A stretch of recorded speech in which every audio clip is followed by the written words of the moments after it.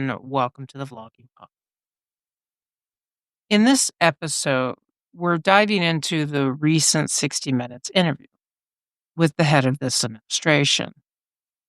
Instead of focusing on the sound bites that filled headlines, we're taking a closer look at the substance behind each major claim made and what the facts actually show. He began by blaming Democrats for the ongoing government shutdown, saying they wanted to give money to prisoners, drug dealers, and millions who came from mental institutions. That claim is false. The real disagreement was over restoring certain healthcare subsidies previously cut from the Affordable Care Act, or what some may know as Obamacare.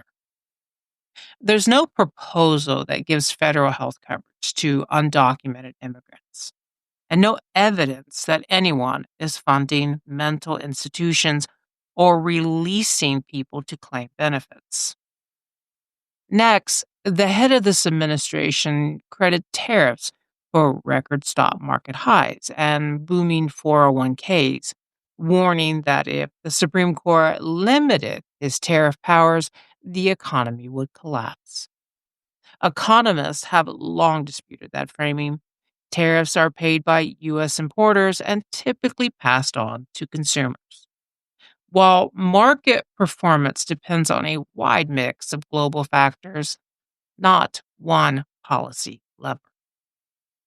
Courts are still reviewing the extent of presidential power on tariffs, but there's no credible link between those powers and sustained market growth.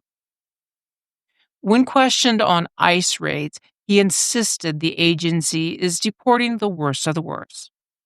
But current federal data contradicts that. Syracuse University TRAC program reports that around 70% of people detained by ICE have no criminal convictions at all. Many are nonviolent workers or family members swept up in a broader enforcement actions.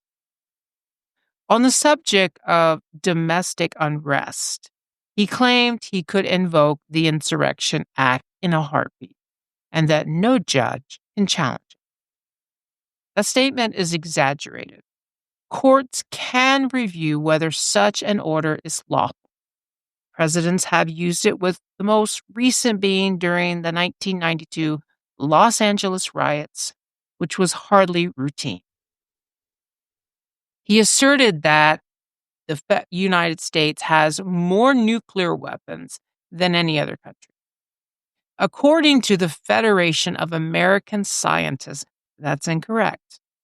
Russia's total stockpile stands at roughly 5,459 warheads, compared to the U.S. at 5,177.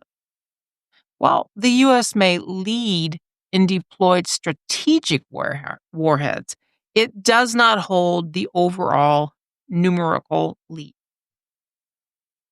When discussing China and the AI chip race, he said he would prevent companies like NVIDIA from selling the most advanced chips to China.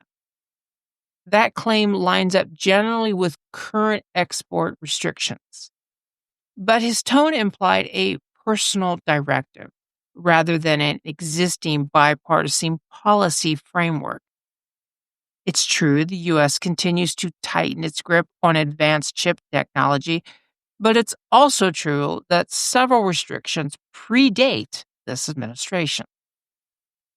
Finally, he denied knowing Binance founder Cha-Ping Zhao, whose conviction and plea agreement with the Justice Department made headlines in 2023. He dismissed the case as a Biden witch hunt, even though Zhao pleaded guilty and paid significant fines.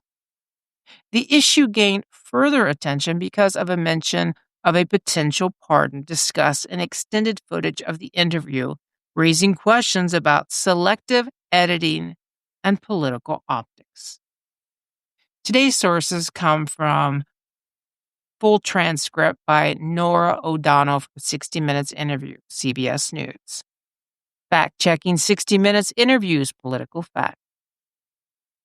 Latest ICE detainee data, Syracuse University. TRAC. Status of World Nuclear Forces 2025, Federation of American Scientists. China and chip exports, CBS News. 60-minute takeaways, Newsweek. Thank you for listening. Until next time, bye-bye for now.